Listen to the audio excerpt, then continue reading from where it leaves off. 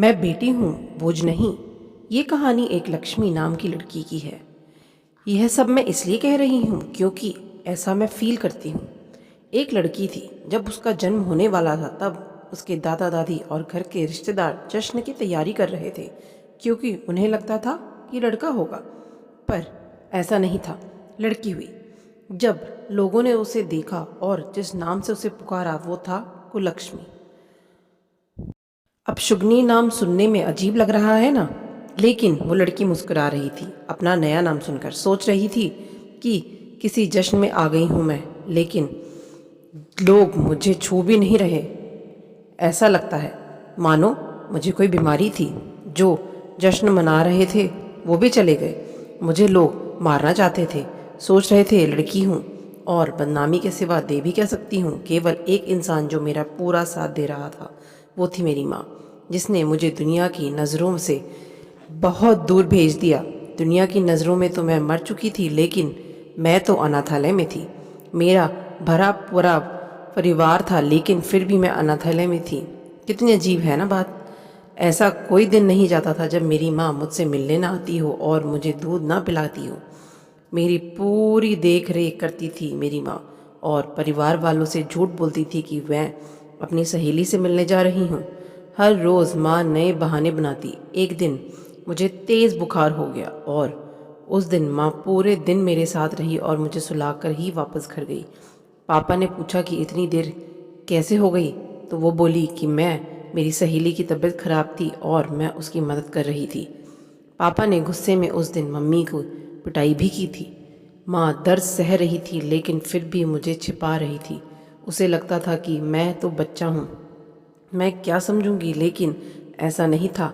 मैं सब समझती थी। मैंने भी सोच लिया था कि सब जानकर रहूंगी।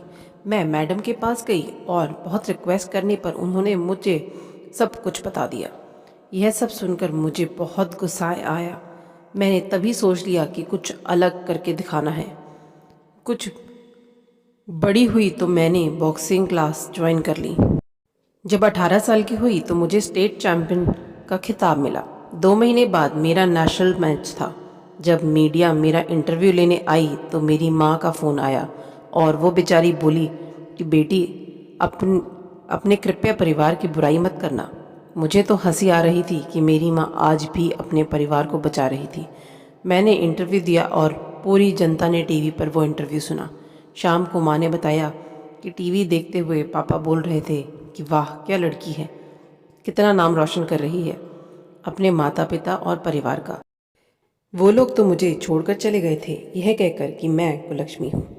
आज वो लोग मेरे से मिलना चाहते थे और मेरे साथ फ़ोटो खिंचाना चाहते थे, लेकिन आज भी वो मेरी पहचान से अनजान थे कि मैं कौन हूँ। ठीक 2 महीने बाद नेशनल चैम्पियनशिप का मैच हुआ और वो सभी मुझे देखने आए थे।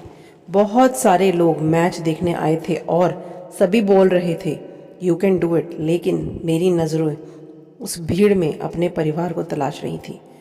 दूर भीड़ में मुझे मेरा परिवार नज़र आया। उनको देखते ही मेरे अंदर गुस्सा भर गया और सारा गुस्सा मैंने अपने प्रतिनिधित्व पे निकाला और वो नेशनल खिताब अपने नाम कर लिया। फिर क्या, सभी मुझ में इंटरेस्टेड हो गए। लोग मुझसे मेरे परिवार के बारे में पूछने लगे। बहुत मजबूर होकर मैंने बताया कि मैं वो लड़की हूँ जिसे 20 साल पहले मार दिया गया था, जिसे सबसे पहला नाम कुलक्ष्मी दिया गया था। मेरे पूरे परिवार की आंखें नम हो चुकी थी।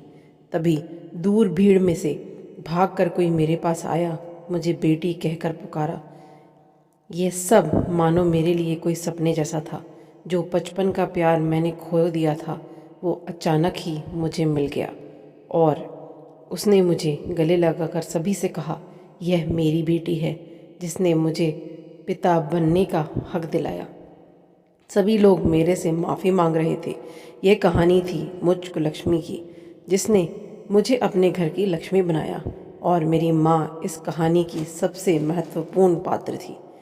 आशा करती हूँ आपको कहानी अच्छी लगी होगी। चैनल पर नए हैं तो प्लीज़ सब्सक्राइब करें। धन्यवाद।